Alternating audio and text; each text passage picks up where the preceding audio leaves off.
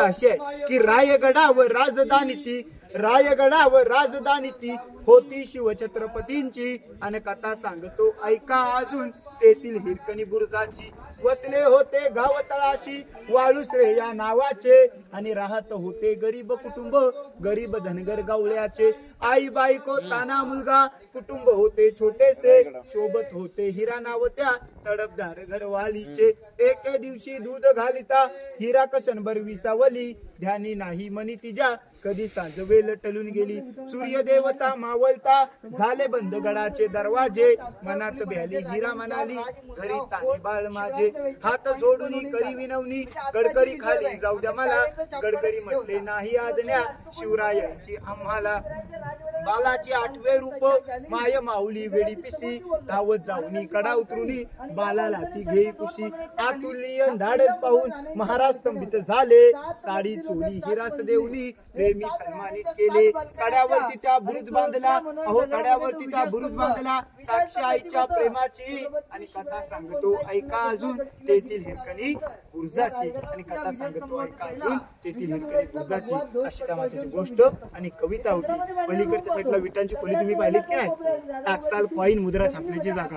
Coin मुद्रा छापण्याची जागा म्हणजे थोडक्यात आता आपण रिझर्व्ह बँक म्हणतो, त्या काळातली रिझर्व्ह बँक तिथं होती. आता जर का आपण एखादा 5 रुपयाचा कॉईन घेतला, पाठीमागे काय लिहिलेलं असतं सत्यमे जयते, परंतु त्या काळामध्ये काय लिहिलेलं होतं प्रतीपचंद्र लेखेवर विष्णू वंदिता शहा सुनो शिवशाही अर्थात चौथा चंद्राचं पोर जसं कलेकलेने वाढत जातं, शहाजी राजांचे पुत्र शिवाजी महाराजांचं स्वराज्य सुद्धा कलेकलेने वाढत जावं असा त्याचा अर्थ होता. महाराजांची अष्टकोनी बाल्कनी महाराजांच्या वेळी थंड हवा खाण्यासाठी त्याचा वापर करायचे. आयात आकृतीची खोली दिसते, कोपऱ्यामध्ये आतमध्ये दरवाजा आहे.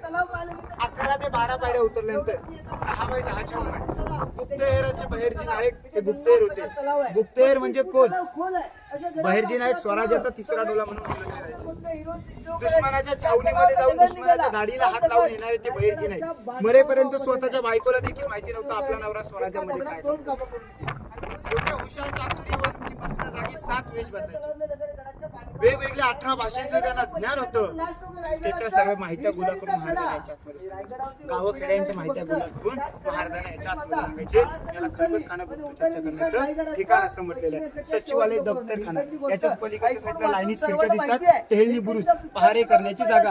त्या पहारे करण्याची जागा इथून जर का पाहिलं तर खाली एक तलाव बघायला भेटणार आहे, गंगासागर तलाव. त्याची माहिती आपण पुढून घेऊया. राज्याभिषेक पहिला किती तारखेला झाला? 6 जून 1674 ला राज्याभिषेक झाला इथे महाराजांचा. राज्याभिषेक